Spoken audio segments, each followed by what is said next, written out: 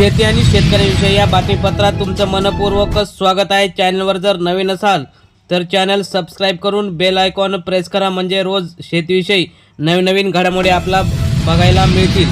सुरुवात करूया। 2 लाख शेतकऱ्यांचे बँक खाते आधार संलग्न नाही, कृषी खात्याची धावपळ चालूच, शेतकऱ्यांना मदत मिळेना, सरकारी यंत्रणांची अनास्था कारणीभूत।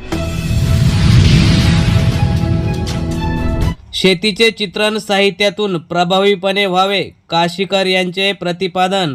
जयसिंगपूरला अखिल भारतीय मराठी शेतकरी साहित्य संमेलनाचे जोरदार उद्घाटन। कांदा रोपे विक्रीला खानदेशात प्रतिसाद, अनेक रोप वाटचालिकांना मिळाला नफा, रोप वाटिका देखील पडल्या कमी। अकोल्यात तुरीचा दर सरासरी 7,370 रुपये प्रति क्विंटल, सोयाबीनची आवकही टिकून राहिली। खानदेशात पपई 15 ते 17 रुपये प्रति किलो, खानदेशात पपई दराचा तिढा यंदा फारसा तयार झालेला दिसला नाही। राजधानी दिल्लीवर 26 वर्षांनंतर भाजपाची सत्ता, आपचा दारुण पराभव, काँग्रेसला खाते उघडता आले नाही। अमरावती बाजारात पपई 2,000 ते 2,500 रुपये क्विंटल, आवक कमी झाल्याने दरात झाली सुधारणा, शेतकरी आनंदित। हळद काढणी सुरुवात, 15 दिवसात गती येणार, 15,300 ते 16,400 रुपये प्रति क्विंटल हळदला दर।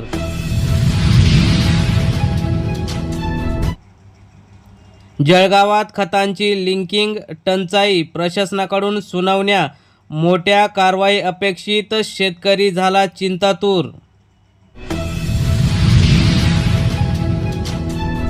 कमाल आणि किमान तापमानात वाढ होण्याची शक्यता, राज्यात उन्हाची तीव्रता कमी अधिक होत असताना कमाल किमान तापमानात वाढ होत आहे। आव्हानांचा कृषी मंत्र्यासमोरच लेखाजोखा, कृषी विभाग आणि शेतकऱ्यातील परिसंवादास नाशिक येथून प्रारंभ झाला।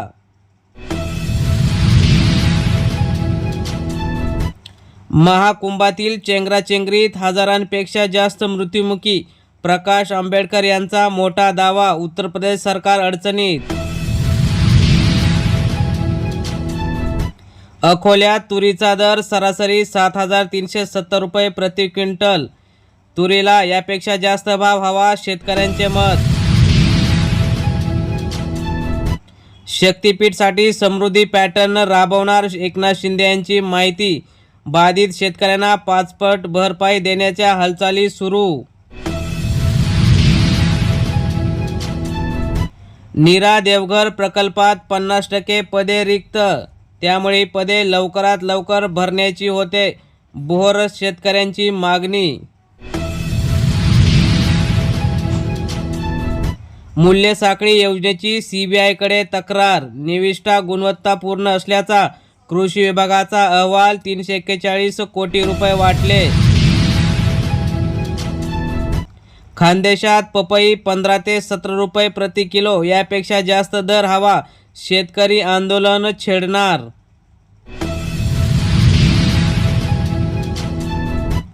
पहिल्याच प्रयत्नात बटाट्याचे 42 टन उत्पादन, कळंबच्या शेतकऱ्याचा 4 एकरवर यशस्वी प्रयोग, शेतकऱ्यांची झुंबड। हरितगृहासाठी आता 1 कोटीपर्यंत अनुदान, फळबागांसाठी कमाल अनुदान 80 लाखापर्यंत मिळणार, शेतकऱ्यांना मोठा दिलासा।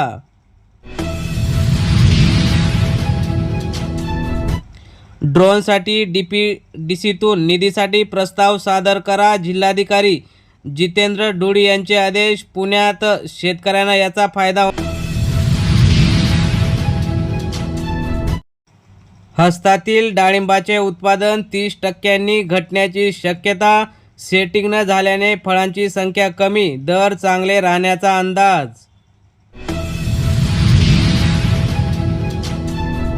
पुष्पोत्पादनात 90% शेतकरी अल्पभूधारक, क्षमता असूनही धोरणात्मक पाठबळ नसल्याचे होते स्पष्ट, शेतकरी अडचणीत.